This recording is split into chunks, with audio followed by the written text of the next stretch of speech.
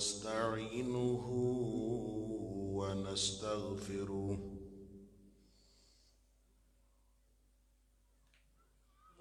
ونؤمن به ونتوكل عليه ونعوذ بالله من شرور أنفسنا ومن سيئات أعمالنا من يهده الله فلا مضل له ومن يضلل فلا هادي له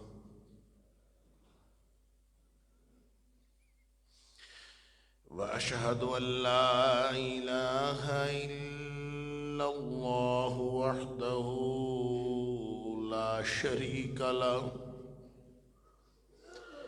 وأشهد أن محمدًا عبده ورسوله صلى الله عليه وسلم أرسله بالحق بشيرا ونذيرا بين يدي الساعة فمن يطع الله ورسوله فقد رشد واهتدى ومن يعص الله ورسوله فقد ضل وغوى فإنه لا يضر إلا نفسه ولا يضر الله شيئا نسأل الله ربنا أن يجعلنا ممن يطيعه ويطيع رسوله ويتبع رضوانه ويجتنب سخطه فإنما نحن به وله أما بعد فإن خير الحديث كتاب الله وخير الهدي هدي محمد صلى الله عليه وآله وسلم وشر الأمور محدثاتها وكل محدثة بدعة وكل بدعة ضلالة وكل ضلالة في النار فأعوذ بالله السميع العليم من الشيطان الرجيم من همزه ونفخه ونفثه بسم الله الرحمن الرحيم من أجل ذلك كتبنا على بني إسرائيل أنه من قتل نفسا بغير نفس أو فساد في الأرض فكأنما قتل الناس جميعا ومن أحياها فكأنما أحيا الناس جميعا ولقد جاءتهم رسلنا بالبينات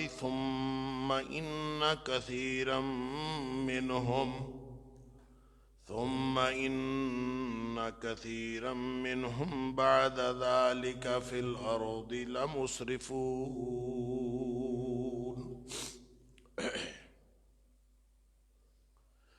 اس وجہ سے ہم نے بنی اسرائیل کے اوپر ایک قانون بنا دیا، ایک لکھ دیا اور ان کو بتا دیا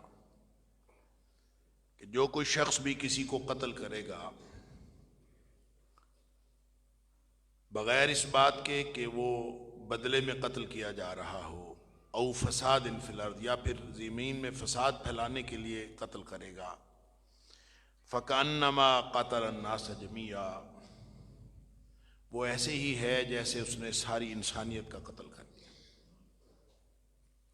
ومن احیاہا، اور جس کسی نے ایک شخص کی زندگی بچائی، فکأنما احیا الناس جمیعا، وہ ایسے ہی ہے جیسے اس نے ساری انسانیت کی زندگی بچا لی۔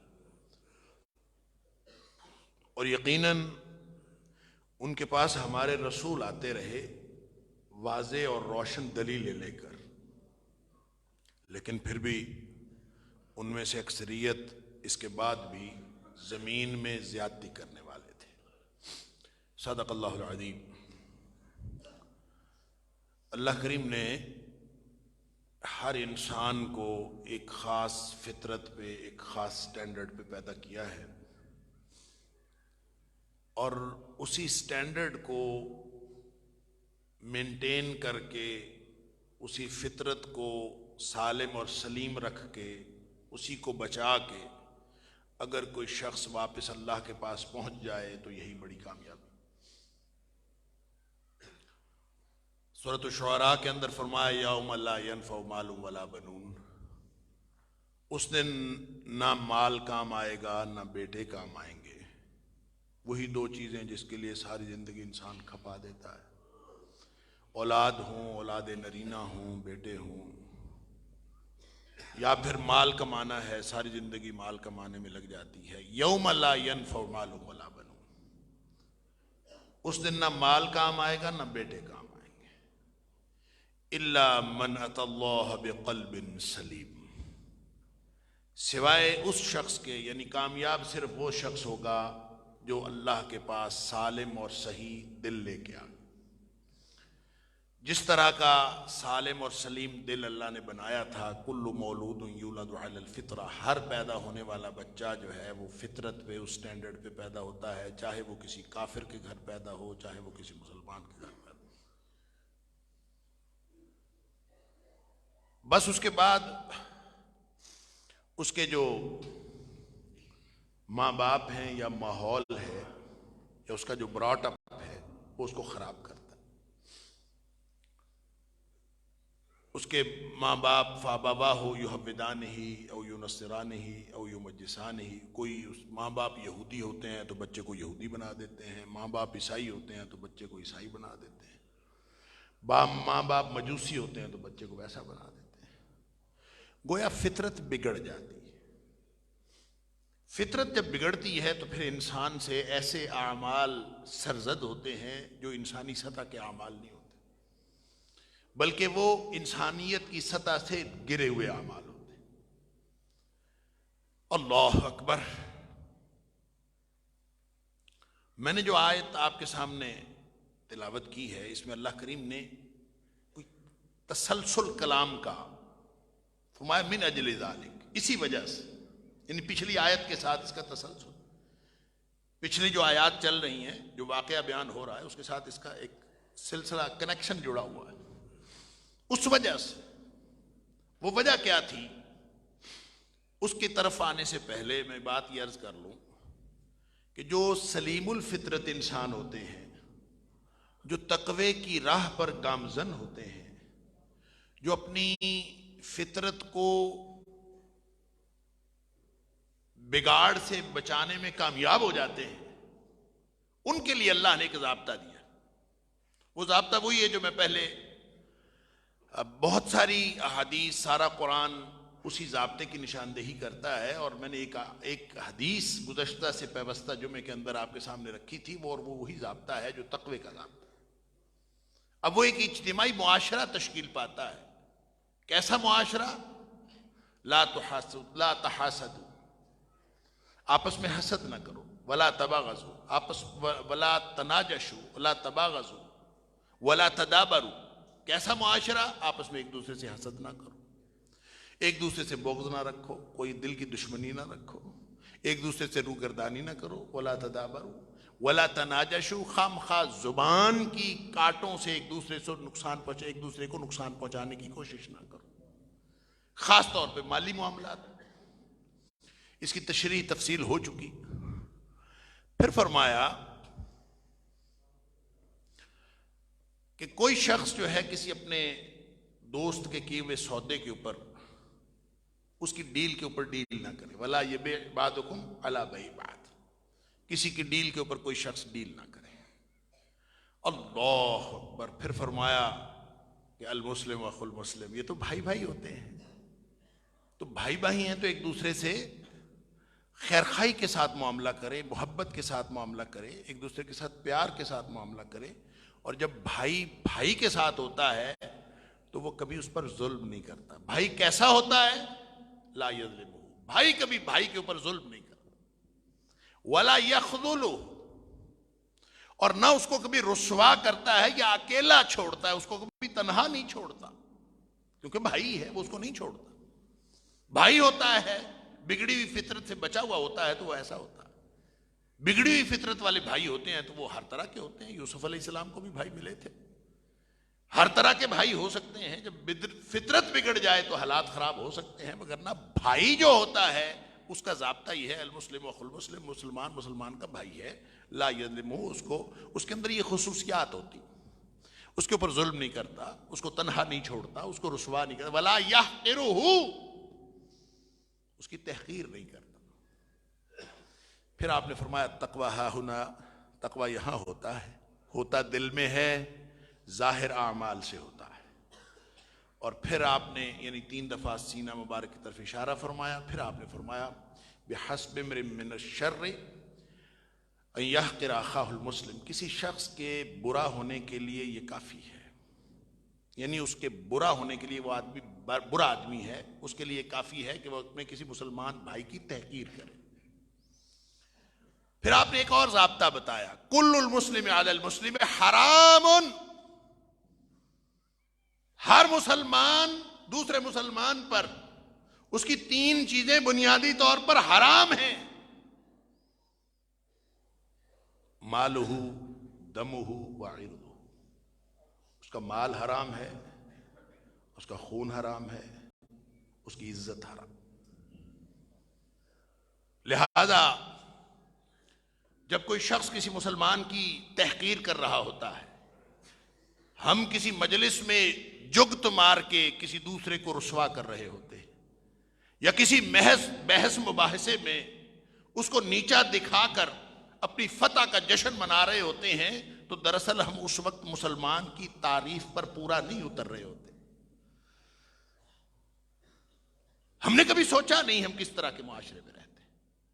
پھر اسی سے اثرات ہوتے ہیں، جب یہ ہم کام کر رہے ہوتے ہیں، جب یہ معاشرہ اس طرح کا بن جاتا ہے، لوگ بے حس ہوتے چلے جاتے ہیں، تو آہستہ آہستہ چیزیں خراب ہوتی ہیں، ایک دن میں نہیں خراب ہوتی۔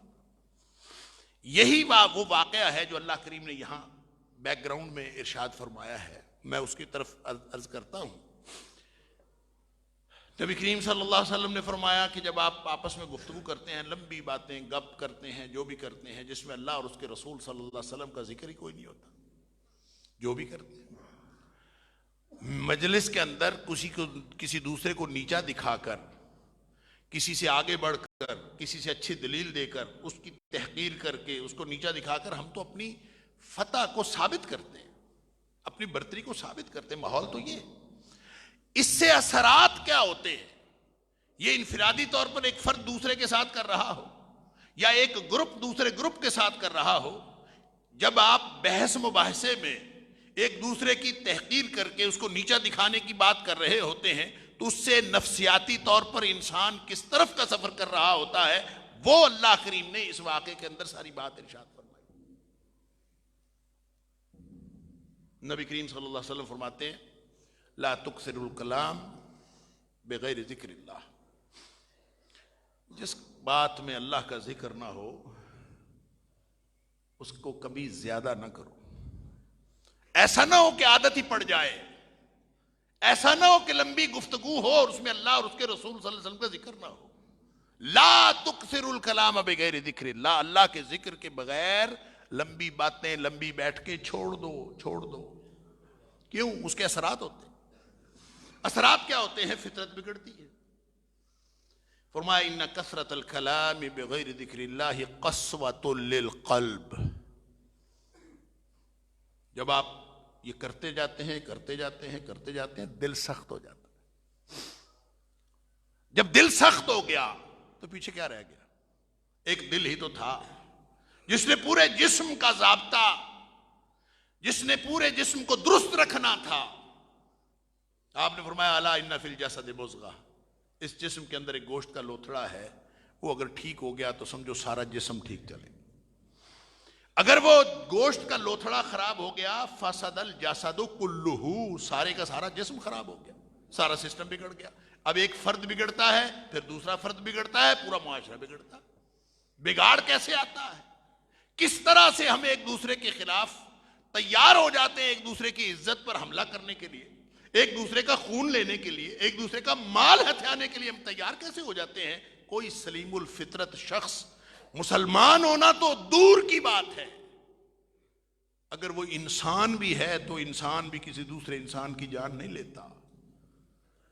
اگر اس کو جان لینا، اس کی عزت پر حملہ آور ہونا، یہ تو حرام ہے۔ اللہ اکبر۔ تو نبی کریم صلی اللہ علیہ وسلم فرماتے ہیں کہ جب دل بگڑتا ہے نا، دل خراب ہوتا ہے، ان کثرت الکلام بغیر ذکر اللہ قسوۃ للقلب، یہ جو دل کسی کا سخت ہو جائے یہ لعنت کی کیفیت ہوتی ہے۔ ان ابعد الناس من اللہ القلب القاسی، جو لعنتی دل ہوتا ہے، جو سخت دل ہوتا ہے، وہ اللہ کی رحمت سے سب سے زیادہ دور ہوتا ہے، اور اللہ کی رحمت سے دوری کو لعنت کہتے ہیں۔ اللہ اکبر۔ جیسے اللہ تعالیٰ نے قرآن میں فرمایا سورہ مائدہ کے اندر، یہیں اسی سورہ مائدہ میں، کہ وَبِنَقْضِهِمْ مِيثَاقَهُمْ، بنی اسرائیل نے جو معاہدہ توڑا، اللہ کا وعدہ توڑا، لعناہم، ان کے وعدے توڑنے کی وجہ سے ہم نے ان کے اوپر لعنت کر دی۔ جب لعنت ہوئی تو پھر کیا ہوا؟ وَجَعَلْنَا قُلُوبَهُمْ قَاسِيَةً، لعنت ہونے کا، اللہ کی لعنت ہو جانے کا سب سے پہلا اثر یہ ہوتا ہے کہ دل سخت ہو جاتا ہے۔ دل سخت ہو گیا تو پھر انسان انسان کے لیے انسان نہیں رہا، پھر وہ حیوان بن گیا، پھر وہ بھائی نہیں رہا۔ لہٰذا کسی ایک انسان کو قتل کرنا یہ کوئی آسان بات ہے؟ کسی کا خون بہتا نہیں ہم دیکھ سکتے، کسی جانور کا خون بہتا نہیں دیکھ سکتے، تو وہ کیسا انسان ہے جو اپنے آپ کو مسلمان کہتا ہے اور مسجد میں جا کے دھماکہ کر کے پوری دنیا کو، پورے پاکستان کو ہلا کے رکھ دیتا ہے، پوری دنیا کے مسلمانوں کو ہلا کے رکھ دیتا ہے، وہ مسلمان ہے؟ وہ تو انسان بھی نہیں ہے اپنی اس۔ اللہ فرماتے من اجل ذالک، اسی وجہ سے۔ وجہ کیا ہوئی؟ بیک گراؤنڈ میں کیا ہے؟ اللہ کریم نے ایک واقعہ بیان کیا، اور وہ واقعہ ہے آدم علیہ السلام کے دو بیٹوں کا۔ وَاتْلُ عَلَيْهِمْ نَبَأَ ابْنَيْ آدم، اے حبیب صلی اللہ علیہ وسلم ان کے اوپر آدم علیہ السلام کے دو بیٹوں کا قصہ بیان کر دیجئے۔ اب اس قصے کی بڑی جہات ہیں، میں صرف اس کے چند نکات آپ کے سامنے رکھنا چاہتا ہوں، صرف اپنی تفہیم کے لیے، اور اللہ کرے ہم سب کو سمجھ آ جائے اور ہمارا یہ معاشرہ واقعتاً اسلام کا، دین کا اور تقوی والا معاشرہ بن جائے۔ ہم کس طرف چل پڑے ہیں؟ بندہ کسی بندے کو قتل کرنے پر کیسے تیار ہو جاتا ہے، بھائی بھائی کو مارنے پر کیسے تیار ہو جاتا ہے، مسلمان کسی نماز پڑھتے نمازی کو مارنے پر کیسے تیار ہو جاتا ہے؟ اگر وہ مسلمان ہے کبھی تیار نہیں ہوتا، اگر وہ انسان بھی ہے تو وہ کبھی تیار نہیں ہوتا۔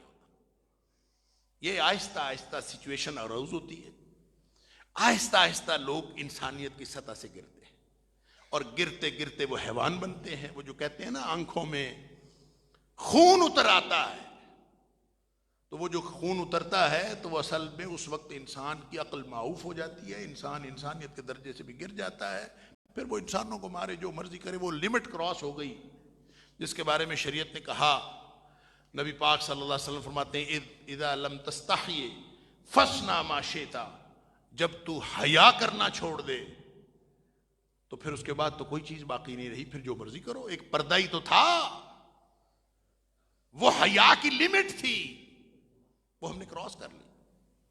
یا اذا فاتک الحیاء فاصنع ما شئت، جب حیا فوت ہو گئی، وہ جو تقاضے تھے انسانیت کے، آپ اس سے آگے نکل گئے، پھر اس کے بعد کوئی چیز نہیں روکتی۔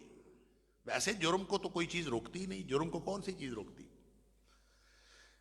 جرم کو وقتی طور پر قانون روکتا ہے، ڈنڈا روکتا ہے، قانون کا خوف روکتا ہے،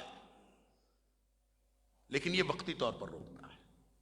آپ قانون کی عملداری یقینی بنا دیں، جرم رک جاتا۔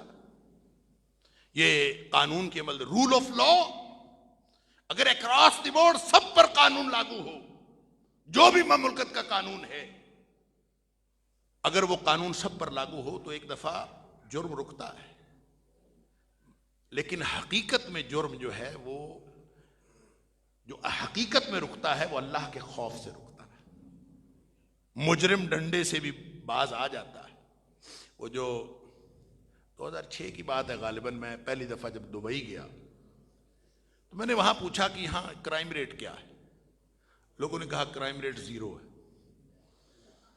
میں بڑا حیران ہوا کہ وہ دبئی جس میں 70% باشندے جو ہیں وہ باہر کے ہیں،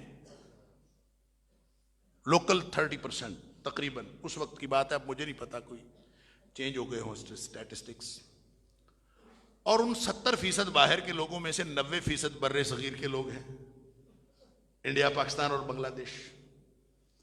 90% لوگ ان 70% میں سے ان 3 ممالک کے ہیں۔ جرم کوئی نہیں، 0، کرائم ریٹ 0۔ اچھا، میں حیران ہو گیا کہ یہ ہمارے ملک کے چور یہاں آ کے فرشتے کیسے بن گئے؟ ہمارے ملک میں کہا جاتا ہے سارے چور ہیں، ہر ایک کو ٹریٹ کیا جاتا ہے، ہر گلی جرم کی گلی ہے، ہر بازار جرم کا بازار ہے، ہر جگہ پہ جرم ہمیں نظر آتا ہے، ہر شخص، ہر جگہ سے ہمیں مجرم سے ڈر لگتا ہے، ہر جگہ پہ۔ تو یہ یہاں آ کے یہ بر صغیر کے لوگ فرشتے کیسے بن جاتے ہیں؟ Rule of law. پھر اس کا مظاہرہ اللہ نے مجھے ویسے ہی دکھا دیا کہ ایک دن میں کسی مسجد شارجہ کسی مسجد میں نماز پڑھ رہا تھا، تو نماز کے بعد کسی نے جیسے یہاں مانگنے کے لیے کوئی اٹھ کے اپیل کر دیتا ہے، وہاں بھی کسی مریض نے اپیل کر دی۔ اس کو یہ لگی ہوئی تھی، نالی لگی ہوئی تھی، بیگ یورین کا لگا ہوا تھا، اس نے اپیل کر دی میں بیمار ہوں اور اپیل کر کے باہر جا کے دروازے پہ بیٹھ گیا۔ میں سنتیں وغیرہ پڑھ کے باہر نکلا ہوں تو وہ امام صاحب وہاں کھڑے ہوئے اور لوگ اس مریض کے ارد گرد کھڑے ہوئے۔ پتہ چلا کہ وہ مریض نہیں ہے، وہ جعلی ہے، اس نے وہ جو پائپ لگایا ہوا ہے وہ بھی جعلی ہے۔ اس سے جب ذرا امام صاحب نے پوچھ گچھ کی تو پتہ چلا سارا کچھ ہی جعلی نکلا۔ انہوں نے ویسے ہی پوچھا کہ یہ کہاں سے لگوایا ہے، کوئی سوالات کیے ہوں گے، وہ بیچارہ نہیں جواب دے سکا، تھا وہ پاکستانی۔ اچھا، میں جب گیا ہوں تو وہاں صحابہ لوگ ارد گرد کھڑے ہوئے اور آپس میں باتیں کر رہے ہیں، تو میں بھی کھڑا ہو گیا دیکھنے کے لیے۔ تو میرے ساتھ ایک لڑکا تھا، جو ان لڑکوں میں سے، جو میرے میزبانوں میں سے یا میرے ساتھ جو لڑکے تھے ان میں سے ایک لڑکا تھا، اس کو بڑا جناب وہ پریشانی ہو رہی تھی۔ میں نے کہا کیا مسئلہ ہے؟ کہتا ہے انہوں نے پولیس کو فون کر دیا ہے، یہ جو امام صاحب ہیں نا، انہوں نے پولیس کو فون کر دیا ہے، تو ان کو کم از کم پولیس کو فون نہیں کرنا چاہیے تھا۔ اچھا، پریشانی میں ادھر ادھر کرتا رہا۔ خیر تھوڑی دیر بعد پولیس آ گئی، پولیس والے آئے ہیں، انہوں نے اس کو کچھ نہیں، نہ اس کو مارا، نہ اس کو اس نے کچھ بھی کہا، اس سے کچھ پوچھا، 2-4 باتیں اس سے پوچھی، 2-4 سوال انہوں نے امام صاحب سے کیے، اور انہوں نے اس کو گاڑی میں بٹھایا اور لے گئے۔ بس کوئی ڈنڈا تھپڑ کچھ نہیں کیا، کچھ نہیں، بالکل نہیں، گاڑی میں بٹھایا اور لے گئے۔ اب وہ جو ساتھ میرے لڑکا تھا نا، جس کو بڑی پریشانی ہو رہی تھی، فون نہیں کرنا چاہیے تھا، وہ بڑا، میں نے کہا آپ کو کیا مسئلہ ہے؟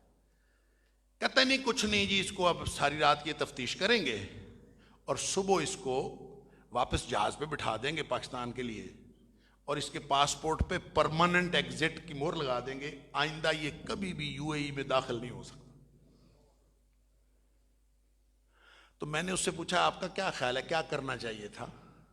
تو کہتا ہے ایسے کوئی دھپا مکھی کر لیتے اور چھوڑ دیتے اس کو، 2-4 تھپڑ مار لیتے، ایسا کوئی جرم تو اس نے کیا نہیں تھا، تو 2-4 تھپڑ مار لیتے اس کو چھوڑ دیتے۔ تو میں نے کہا بس یہی فرق ہے، 2-4 تھپڑ مار کے چھوڑ دیتے، وہ اگلی مسجد میں جا کے پھر وہی کام کرتا۔ اب اس کو یہی وجہ ہے کہ رول آف لا ہے تو جرم نہیں ہے، آپ قانون کی عملداری یقینی بنائیں، مجرم رک جاتے ہیں۔ جب اتنی سخت سزا ملے گی کسی بھی جرم کی تو مجرم جو ہے وہ سارے جو مجرم دبک بیٹھ جاتے۔ لیکن اصل چیز وہ اللہ کا خوف ہے، اللہ کے خوف کے بغیر کوئی چیز کوئی شخص جرم سے نہیں رکتا۔ تو آدم کے 2 بیٹوں کی کہانی اللہ کریم نے سنائی، فرمایا کہ انہوں نے کیا کیا تھا کہ دونوں نے قربانی کی، ایک کی قربانی قبول ہو گئی، ایک کی قربانی قبول نہیں ہوئی، اس کو غصہ چڑھ گیا۔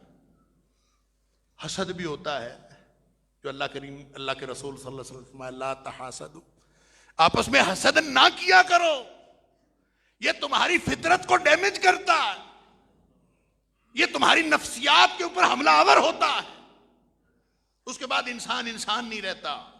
تو ابتدا جو ہوئی تھی وہ حسد سے ہوئی تھی، تیری قربانی قبول ہوئی میری کیوں نہیں ہوئی، حسد دل میں پیدا ہوا، تو ایسی دھمکی لگا دی کہ تو میری بات مان لے، تو میری بات نہیں مانوں گے نا تو میں تمہیں قتل کر دوں گا۔ اس وقت تک کبھی کسی نے قتل نہیں کیا تھا، روئے زمین پر کبھی کسی نے قتل نہیں کیا تھا، لیکن اس کو اتنا غصہ آیا، وہ اپنی حسد کی آگ میں اس طرح آگ بگولا ہوا کہ اس نے دھمکی لگا دی۔ اللہ تعالیٰ فرماتے ہیں قرآن میں کہ اس نے کہہ دیا قال لاقتلک، میں تجھے قتل کر دوں گا۔ لو اب تیری قربانی قبول نہیں ہوئی، میرا کیا قصور ہے؟ تو اب اللہ تعالیٰ کے ساتھ بات کر، تیرا کوئی معاملہ ہے اس میں خرابی کیا ہے تو اس کو دیکھ، تو مجھے کیا کہتے ہو؟ اللہ اکبر۔ اس نے کہا کہ مسئلہ یہ ہے کہ انما یتقبل اللہ من المتقین۔ دیکھیں آپس میں لڑنے کی کیا بات ہے، مجھے قتل کرنے کی کیا بات ہے؟ اللہ نے قبول نہیں کی، اللہ تقوی والوں سے قبول کرتا ہے۔ تو اپنے دل کے رلے اور ملاوٹ پر نگاہ ڈال، تیری فطرت بگڑی ہوئی ہے، تیرا اندر بگڑا ہوا ہے، تیرا باطن کالا ہوا ہے، اس لیے تیری قربانی قبول نہیں ہوئی۔ انما یتقبل اللہ من المتقین، اللہ تقوی والوں سے قبول کرتا ہے۔ تو اپنے دل کا تقوی انشور کر۔ بگڑی ہوئی فطرت والا آدمی، قربانی قبول نہیں ہوئی، اس کو دھمکیاں لگا رہا میں تجھے قتل کر دوں گا۔ خیر آپس میں بحث مباحثہ ہوتا رہا، تو قرآن تو چند نکات بیان کرتا ہے، کتنی دیر آپس میں لڑتے رہے جھگڑتے رہے، تو بالآخر وہ اس نے چھوٹے نے سمجھ لیا کہ یہ نہ تلا ہوا ہے مجھے قتل کرنے کے لیے۔ جب چھوٹے نے یہ سمجھ لیا کہ یہ مجھے قتل کرنے پر تلا ہوا ہے، تو پتہ کیا کہتا ہے کہ بھائی جان اگر آپ نے مجھے قتل کیا نا، میری طرف دست درازی کی، تو میں نے آگے سے کوئی ہاتھ نہیں اٹھانا، اس لیے کہ میں اگر ہاتھ اٹھاؤں گا بھی اور ہم میں سے ایک قتل ہو جائے گا تو گناہ دونوں پر آئے گا۔ اگر ہم لڑیں آپس میں اور دونوں میں سے ایک قتل ہو جائے تو دونوں گناہگار ہیں۔ لہذا میں یہ چاہتا ہوں کہ گناہ سارے کا سارا تیرے اوپر آئے، میرے اوپر آئے ہی نہ۔ میں تو یہ چاہتا ہوں، لہذا میں ہاتھ نہیں اٹھاؤں گا۔ کیوں نہیں ہاتھ اٹھاؤں گا؟ ما انا بباسط یدی الیک لیقتلک، میں تیری طرف ہاتھ نہیں اٹھاؤں گا، تجھے قتل کرنے کی کوئی کوشش نہیں کروں گا، میں تو اپنے ہاتھ باندھ کے کھڑا ہو جاؤں گا۔ کیوں؟ انی اخاف اللہ رب العالمین، مجھے اللہ سے ڈر لگتا ہے۔ میں کیوں کروں بھائی؟ اللہ کا خوف، وگرنہ حق پہ تھے لڑ پڑتے، نہیں میں نے نہیں لڑنا۔ اب یہ دیکھیں ایک اس کی قربانی قبول ہو گئی، وہ حسد کی آگ میں پہلے ہی جل رہا ہے، اوپر سے یہ کہتا ہے کہ میں نے ہاتھ بھی نہیں اٹھانا، اس کو غصہ اور چڑھے جا رہا ہے۔ بگڑی ہوئی فطرت ہو، وگرنہ اگر فطرت ٹھیک ہوتی، اگر دل ٹھیک ہوتا نا، پتہ کیا ہونا تھا؟ اس نے کہنا تھا کہ کتنا اچھا بھائی ہے، وہ کہتا ہے میں تیرے آگے سے ہاتھ نہیں اٹھاؤں گا، لیکن یہ سوچنے کا اس وقت موقع نہیں ملتا۔ اس وقت وہ بس سچویشن آگے سے آگے نفسیاتی طور پر اللہ کا قرآن کہتا ہے کہ بگڑی ہوئی فطرت وہ گل کھلاتی ہے فطوعت لہو نفسہ قتل اخی، اس کے نفس نے اس کو آمادہ کر لیا کہ وہ اپنے بھائی کو قتل کر۔ یہ کوئی چھوٹی بات؟ پتہ نہیں آپ کا کبھی ایکسپیرینس ہوا ہو یا نہ ہوا ہو، مجھے تو لگتا ہے کہ میں تو کسی کا ہاتھ خون بہانا تو دور کی بات ہے، بچپن میں سنا تھا، ہم لڑ پڑتے تھے نا پرائمری اسکول میں، تو ایک ہمارا کلاس فیلو تھا، وہ دانتوں سے کاٹ لیتا تھا جس سے لڑ رہا ہوتا تھا، تو اس کو کاٹتا تھا، یہ بڑا زبردست اور خطرناک ہتھیار تھا اس کے پاس، اس کو کاٹ لیتا۔ اچھا مجھے لگتا تھا یار بڑی بات ہے یہ، اس کے پاس یہ کتنا، یعنی کسی سے وہ کبھی مغلوب نہیں ہوتا تھا، وہ ہمیشہ غالب آ جاتا تھا، کہ لڑائی ہوئی تو بالآخر وہ اس کو کاٹ لیتا۔ تو میری ایک دفعہ کسی سے لڑائی ہوئی تو میں نے سوچا میں بھی کاٹ لیتا ہوں، اللہ اتنا خطرناک ہتھیار ہمارے پاس ہے تو کاٹ لیتا ہوں۔ یقین کریں مجھے آج بھی یاد ہے، میں میرے خیال تیسری جماعت میں پڑھتا تھا، تو مجھے آج بھی یاد ہے میں نے اس کو کاٹنا چاہا تو ایک خاص سطح تھے دانت نیچے ہی نہیں آئے، یعنی میں اس کے بازو پہ یوں کر کے ڈالا اور میں نے اس دانت ڈالے اور دانتوں کو دبانے کی کوشش کی، لیکن میرے جسم میں وہ جان ہی نہیں تھی جو کسی کے جسم کو کاٹ سکتی۔ یعنی آپ اگر پتہ نہیں لوگ کیسے کاٹ لیتے ہیں، کسی کا خون کیسے بہا لیتے ہیں، ہمارے اندر اللہ تعالیٰ نے وہ رکھا ہی نہیں۔ یعنی کسی کو، یعنی بچپن کی بات ہے، میں آج تک یاد ہے کہ میں نے اس کو کاٹنا چاہا لیکن میں اس کو کاٹ نہیں سکا، دانت ڈالے بالآخر ویسے ہی نرم نرم دانت ہی واپس کرنے پڑے، میں اس کو کاٹ ہی نہیں سکا۔ کیوں دانت نیچے نہیں گئے یہ اللہ کو پتا ہے، مجھے نہیں پتا۔ یہ اللہ تعالیٰ نے اگر راہ راست پہ رکھنا ہے اللہ نے، اور اگر آپ واقعتاً کسی سطح پر ہیں تو یہ ممکن نہیں، آپ انسانی سطح پر بھی ہیں تو ممکن نہیں ہے کسی کا آپ خون بہا دیں۔ تو کیا خیال ہے ان لوگوں کے بارے میں، مسلمان ہیں وہ بیان جاری کرتے ہیں الحمدللہ ہم نے اتنے قتل کر دیے، انا للہ و انا الیہ راجعون، الحمدللہ ہم نے دھماکہ کر دیا، اور کل کلا اللہ کو کیا جواب دو گے؟ پھر اس نے جب نفس نے طے کر لیا فطوعت لہ نفسہ قتل اخی، بھائی کے قتل پر آمادہ کر لیا، روئے زمین کا پہلا قتل ہونے جا رہا ہے، روئے زمین کا پہلا قتل ہونے جا رہا ہے، تیار کر لیا نفس نے، آنکھوں میں خون اتر آیا۔ پھر نہیں کوئی سمجھ آتی، پھر انسان جب اسلام کیا انسانی سطح سے بھی نیچے گرتا ہے، درندہ بنتا ہے، تو درندے کی فطرت کاٹ لینا ہے، پھر وہ انسانوں کو بھی کاٹتا ہے، پھر وہ جانوروں کو بھی کاٹتا ہے، پھر آپ جو مرضی کریں، پھر آپ لمٹس کراس کر دیتے ہیں۔ بات سمجھ میں آئی؟ اس لیے اللہ تعالیٰ فرماتا ہے من اجل ذالک، اس دن سے ہم نے یہ قانون بنا دیا کہ یہ تو بگڑے ہوئے معاشرے یہ تو ایک دوسرے کو قتل کریں گے، یہ بگڑے ہوئے معاشرے، ان کی بگڑی ہوئی نفسیات، یہ افراد کو قتل کریں گے، اور یہ لوگوں کو، یہ تو درندے بن کے کسی کو چھوڑیں گے نہیں۔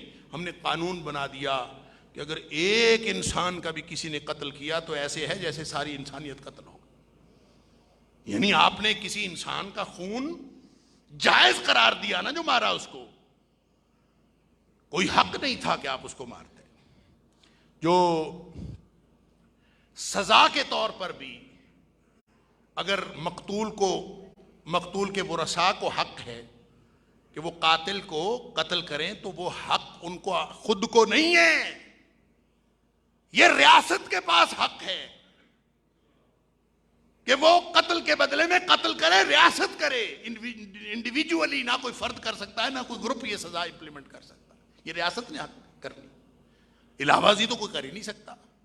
لہٰذا جو میں آپ ہم سب دنیا میں ایسے مظاہر دیکھتے ہیں، چاہے وہ اسلام پہ نام پر ہوں، چاہے وہ انسانیت کے نام کے اوپر ہوں، چاہے وہ آزادی کے نام کے اوپر ہوں، چاہے وہ کسی نام کے اوپر ہوں، وہ مغرب کرے یا مشرق کرے، اللہ کے قرآن نے ابتدائی آفرینش کا واقعہ لکھ کے پھر فرمایا، اب دیکھیں سچویشن اراؤز ہوئی، درندہ بنا، بھائی کو قتل کیا، اس کے بعد ڈھونڈتا پھرے کہ اب میں اس کی لاش کا کروں کیا، ڈھونڈتا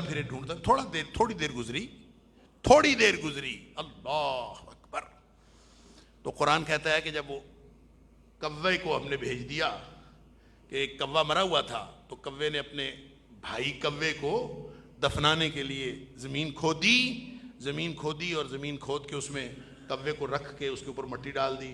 تو یہ حیران کہ میں تو اس کوے سے بھی کیا گزرا ہوں. اب یہ کچھ دیر گزر گئی تھی نا، فرمایا فَأَصْبَحَ مِنَ النَّادِمِينَ، پھر وہ ندامت اور پشیمانی، پچھتاوا لگ گیا کہ میں غلط کر بیٹھا ہوں.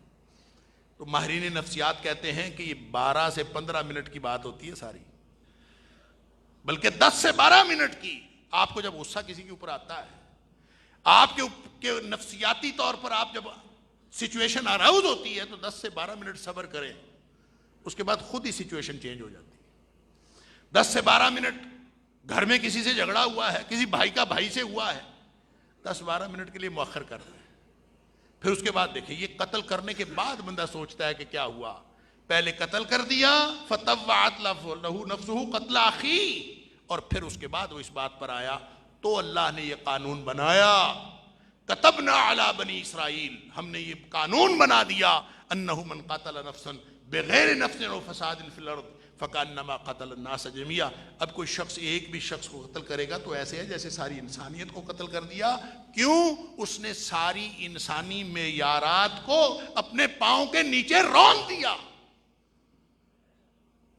اس لیے سمجھ لیجئے، قرآن کے نام پر، نبی پاک صلی اللہ علیہ وسلم کے فرامین کے نام پر، شریعت کے نام پر کوئی شخص کسی بھی طرح کوئی گروپ بناتا ہے، کسی کی عزت پر حملہ آور ہوتا ہے، یا کسی کی جان پر حملہ آور ہوتا ہے، یا کسی کے مال پر حملہ آور ہوتا ہے، ہمارے دین نے یہ بات نہیں سکھائی. ان کا تو انسانیت کے ساتھ تعلق نہیں ہے، ہم ان کو اسلام کے ساتھ جوڑتے ہیں. ہر لوگ اپنے آپ کو اسلام کے ساتھ جوڑنے کا دعویٰ کرتے ہیں. تو آج اس بات کی ضرورت ہے کہ میں اور آپ، ہم سب اللہ اور اس کے رسول صلی اللہ علیہ وسلم کی باتوں کے ساتھ جڑے رہیں. نبی کریم صلی اللہ علیہ وسلم نے جب یہ فرمایا نا کہ میں تم میں 2 چیزیں چھوڑ کر جا رہا ہوں، اور جب تک تم ان دونوں چیزوں سے چمٹے رہو گے کبھی گمراہ نہیں ہوگے. اس کا مطلب یہ ہے کہ اگر تم ان 2 چیزوں سے نہیں چمٹو گے تو پھر تم گمراہ ہو جاؤ گے. اور جب گمراہ ہو جاؤ گے تو پھر ایک حدیث میں فرمایا کہ کہیں ایسا نہ ہو کہ تم ایک دوسرے کی گردنیں مارتے پھرو، کہیں ایسا نہ ہو کہ ایک دوسرے کو قتل کرتے پھرو. لہٰذا ایک ہی طریقہ ہے کہ اپنے سارے جو پچھلے اختلافات ہیں، اختلاف ہو جاتا ہے، اختلاف ہوتے رہتے ہیں، نہ کوئی مسلکی اختلاف، نہ کوئی نسلی اختلاف، ہر طرح کے اختلاف چھوڑ دیں. ہر مسلمان کا بھائی ہے، ہر انسان کی ایک سینکٹیٹی ہے، ہر انسان کا ایک جان کا تقدس ہے. جو ذمی اسلامی ریاست کے اندر غیر مسلم رہتے ہیں، ان کی جان مال کے تحفظ کی ذمہ داری بھی اسلامی ریاست کی ہے، اور اسلامی ریاست کے باشندوں کو بھی ان کے جان مال کے تحفظ کی ذمہ داری ادا کرنی ہے. تو ہمیں کوئی کسی سطح پہ بھی ایسا نہیں ہے. لہٰذا اس کو سمجھنا بھی ہے، دوسروں کو سمجھانا بھی ہے. اللہ ہمارے اس معاشرے کو پھر سے امن کا گہوارہ بنا دے، اور جو لوگ اس معاملے میں اب تک کام آئے ہیں، اللہ تعالیٰ ان کی شہادتیں قبول فرمائے. جو لوگ جن کو بھی نقصان ہوا ہے جس طرح کا بھی، اللہ تعالیٰ ان کا نقصان پورا فرمائے. اللہ تعالیٰ ان کو دنیا اور آخرت کا اجر عطا فرمائے. وآخر دعوانا الحمدللہ.